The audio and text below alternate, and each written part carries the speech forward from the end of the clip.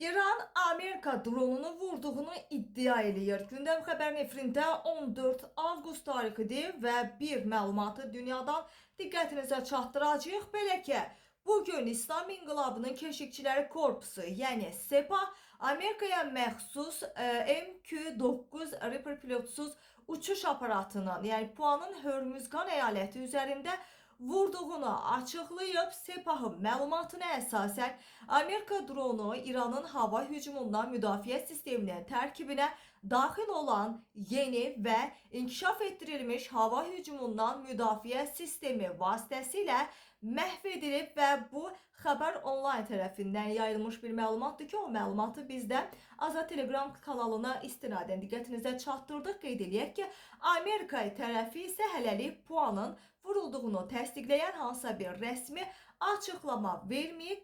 Qeyd eləyək ki, ötən günlərdə məhz Amerikada İrana məxsus olan məhz PUA'nı vurduğunu iddia eləmişdi.